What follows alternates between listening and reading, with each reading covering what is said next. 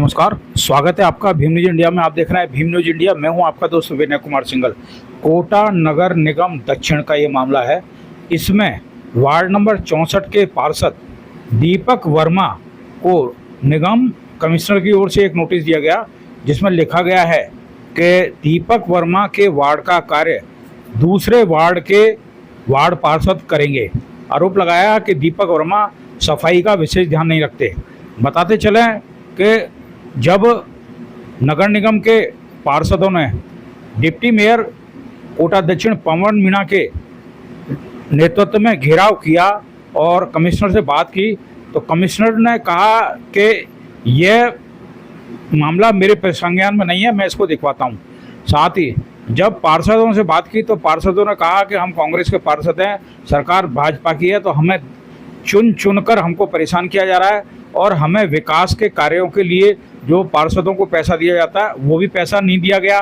और अभी सरकार ने घोषणा की है 1-1 करोड़ रुपया प्रत्येक वार्ड में देने की, उसके आज तक टेंडर जारी नहीं हुए हैं, लगभग 6 महीने हो गए हैं।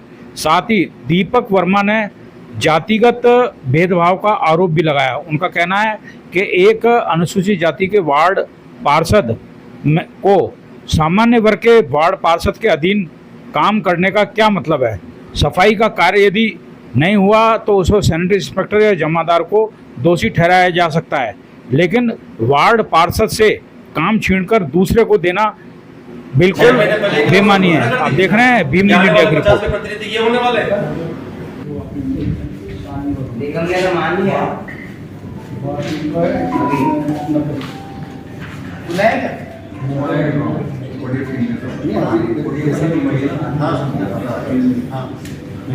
अरे एरोड्रॉप भेजा है, उनको भेजो ना वहाँ पे ग्रामीण क्षेत्र में ओडीएफ वालों को। कितने इलेक्ट्रिक बाथरूम बढ़ा के रखे वहाँ भेजो ना, या मेरे को तो संपर्क ये कोई तरीका है कि यहाँ पे एरोड्रॉप पे जाके टॉयलेट चेक करवा रहे हो आप लोग। ग्रामीण क्षेत्र में भेजो, कितने लोग खुलने में जा रहे हैं। ओडीएफ चेक करना तो बाहर चेक करो, ओडीएफ को यहाँ पे शहरों में चेक करोगे, ज्यादा बड़ी चेक करोगे, वहाँ चेक करोगे। यहाँ पर चेक कर रहे हैं, जहाँ पर बोलते हैं वहाँ बनाते हैं। बाथरूम कहाँ बन रहे हैं? वार्ड भगवान जी की कॉर्नर में ही है, किसी वार्ड को लिख कर दे दिए। वार्ड अभी मुझे सतीश आपके पास तो नहीं है। हाँ, तो हम तो आपको दिखा रहे ना कि भाई अगर सफाई का मामला चल रहा है। ये एक मसला और है। एक ही आदेश निकला था 24/1/2025 को, जिसमें यहाँ का जो जमादार है इसको आपने निरस्त करने की बात कही थी। तो भाई जो आदेश निकाला था इस क्षेत्र पे काम करने का, और ये अभी तक वहाँ से रिलीव नहीं हुआ। लगातार ये उसे नोटिस दिया जा रहा है। जब उसको हटा दिया वहाँ से तो उसको वो कैसे लायबल हो गया वहाँ पे नोटिस विज्ञानगर से अभी भी नोटिस दिया जा रहा है सर सबको।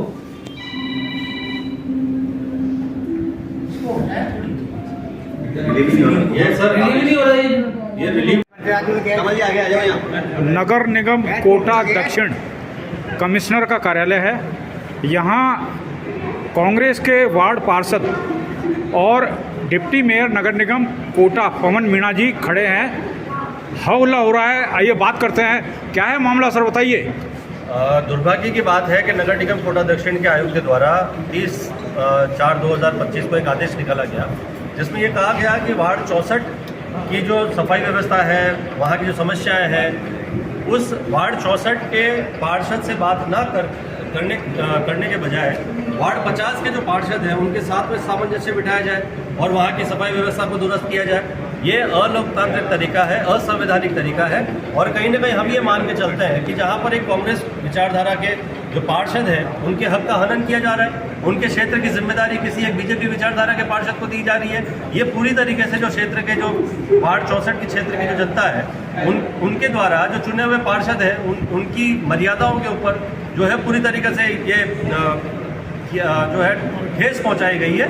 हम ये मान के चलते हैं कि नगर निगम कोटा दक्षिण के जो अधिकारीगण हैं पूरी तरीके से कहीं ना कहीं बीजेपी शासन के साथ में जो है ये पूरे बंधे हुए हैं और कठपुतली की तरह उनके जो है काम कर रहे हैं। और अगर इस तरीके से अगर ये असंवैधानिक तरीके से कार्य करेंगे तो हम इस जो हम कांग्रेस दल के जो पार्षद हैं इसको बिल्कुल भी हम बर्दाश्त नहीं करेंगे। और जो भी संवैधानिक तौर पर लोकतांत्रिक तरीके से जो भी धरना प्रदर्शन की बात होगी हम वो करेंगे। आज हमने जो हमारे कांग्रेस का जो दल है सभी हम लोगों ने एकजुट होकर नगर निगम कोटा दक्षिण के आयुक्त अनुराग भार्गव जी से मुलाकात की, हमने हमारी आपत्ति दर्ज कराई और उनसे हमने निवेदन किया है कि जल्द से जल्द इस आदेश को जो है खंडन किया जाए, इसको निरस्त किया जाए, अन्यथा बेशक जो है यहाँ पे धरना प्रदर्शन का हमें डिसीजन लेना पड़ेगा। पवन जी एक बात बताइए, ये 64 नंबर में पार्षद कौन है? 64 नंबर में कांग्रेस के विचारधारा के कांग्रेस के पार्षद हैं। क्या शुभ नाम है उनका? दीपक कुमार। ये क्या रिजर्व सीट है? बेशक वार्ड 64 जो है रिजर्व सीट है। दीपक कुमार जी आए हैं आपके साथ? दीपक जी बताइए क्या प्रकरण है, क्या लगता है आपको? आप रिजर्व सीट से पार्षद हैं, ऐसा लगता है कि रिजर्व होने के नाते ही आपके साथ ये दुर्व्यवहार या पक्षपात किया जा रहा है? कुछ कहना चाहेंगे इस मामले में आप? इसमें कहने की ज़रूरत नहीं है, कहना तो एक आम बात है, लेकिन जिस तरह से अधिकारियों का जो चल रहा है मामला, वो कहीं ना कहीं मिलीभगत का मामला नज़र आ रहा है। वैसे जो पार्षद जिसका नाम लिया जा रहा है, उनकी वाइफ जो है वो है पार्षद। वो जो व्यक्ति आ रहे हैं वो खुद पार्षद नहीं है, फिर भी मेरे वार्ड में आने की वो बार बार कोशिश करते हैं और आए दिन वो क्यों आना चाहते हैं, कारण बताइए आप।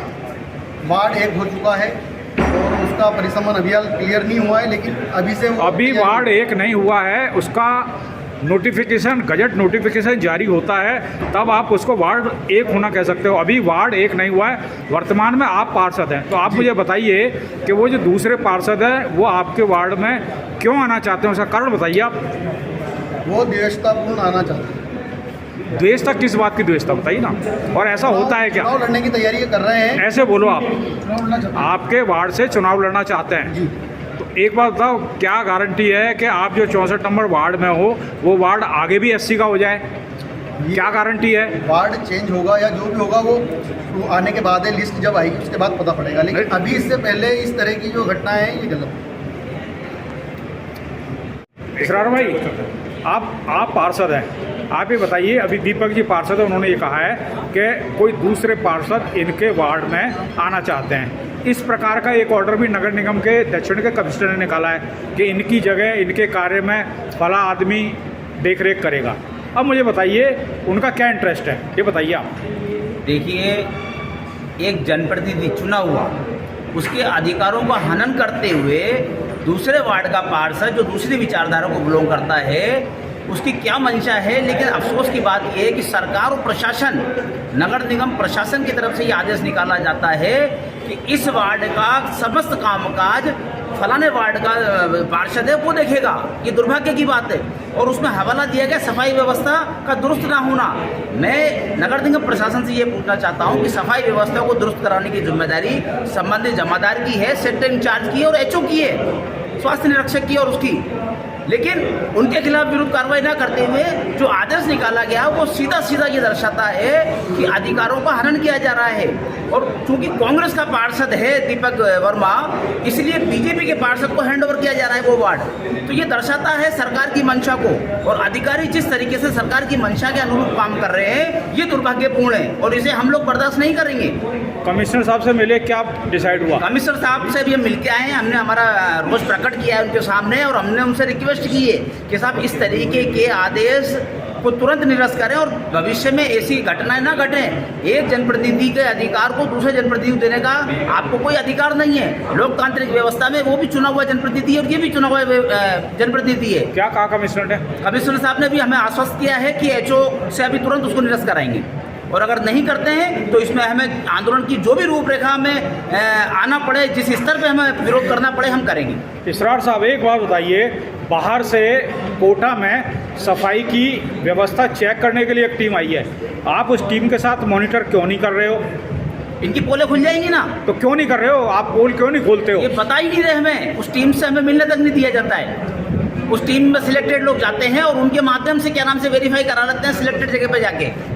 मेरे साहब आप क्या कह रहे हो बताओ? देखिए, मैं कोटा नगर निगम दक्षिण का मैं सफाई का चेयरमैन भी हूँ और अभी हाल फिलहाल ही आज जो पता पड़ा है हमें कि भाई ODF की कोई टीम यहाँ पर सर्वे करने के लिए आई है और लगातार जो है हम नगर निगम कोटा दक्षिण के जो क्षेत्र है, जो जुड़ा हुआ एरिया है, जो ग्रामीण क्षेत्र से जुड़ा हुआ है, वहाँ पर हम आप ये कह सकते हैं कि 1% भी ODF में जो है पूरी तरीके से वो क्षेत्र कवर नहीं हुआ है। आज भी जो है वहाँ के लोग शौच के लिए बाहर जाते हैं। एक एक घर का व्यक्ति हो या महिला हो या बुजुर्ग शौच के लिए कहीं ना कहीं बाहर जंगलों में जाते हैं। ओडीएफ की टीम के प्रसंज्ञान में ये मैटर क्यों नहीं लाए आप? अभी तक हमारे पास में ऐसी कोई जिम्मेदारी ना कोई जानकारी नहीं आई है। नगर निगम की तरफ से हमें किसी प्रकार का कोई सूचना नहीं दी गई है। और हाल फिलहाल जो स्वच्छता सर्वेक्षण भी हुआ था उस समय भी हमें किसी भी अधिकारी से किसी भी जो टीम थी उससे हमारी मुलाकात नहीं की गई, हमसे किसी ने सलाह नहीं ली गई, हमसे किसी प्रकार की बात नहीं की गई।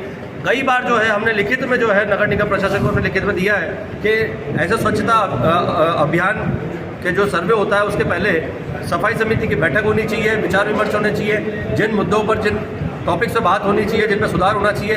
हमने कई बार पत्राचार के माध्यम से और मौखिक जो है निगम को हमने अवगत कराया, लेकिन कहीं न कहीं इनकी दुर्भावना है कि पक्षपाती। पवन जी, टेक्निकल टाइम है, टेक्निकल ज़माना है, आप कहीं से भी जो टीम आई है उसका मेल आईडी लेकर मेल कर सकते हो, वस्तुस्थिति से अवगत करा सकते हो। देखिए बता सब कुछ पढ़ सकता है पर लेकिन हमें कहा हम करेंगे नहीं, हम करेंगे नहीं, हम करने के लिए तैयार हैं। आप करेंगे नहीं, करने के लिए तैयार है, लेकिन ऐसा हमारे पास जब तक कोई मैसेज नहीं आएगा, कोई बात पता नहीं पड़ेगी तब तक पता नहीं पड़ेगा। नहीं मैसेज अगर आज ये मान के चले गए, अगर आज सरकार के पास से ऐसे कई सारे मेल्स निकलते हैं, कई सारे वो निकलते हैं, हमें कहाँ से पता पड़ेगा कोई नगर निगम के संबंधित जो है यहाँ से रिलेटेड कौन सा मेल आया हुआ है? हमारे पास किसी प्रकार की कोई प्रतिलिपि नहीं आती है या फिर कोई सीसी नहीं आता हमारे पास। लैक ऑफ इन्फॉर्मेशन है, इसका मतलब इन्फॉर्मेशन है, इसका सुधार करना चाहिए भाई। आज हम लोग नहीं, मान लो सुधार नहीं करते हैं, फिर आप क्या करोगे बताओ? नहीं सुधार करते तो बेशक हम लोग बात उठा रहे हैं ना, आपके मीडिया के माध्यम से इस बात को उठा रहे हैं कि आज नगर निगम जो है पूरा उदासीन है और जो है जो जिस सत्ता के हैं, सत्ता के पीछे ये लोग चल रहे हैं, उनसे ये लोग पूरी तरीके से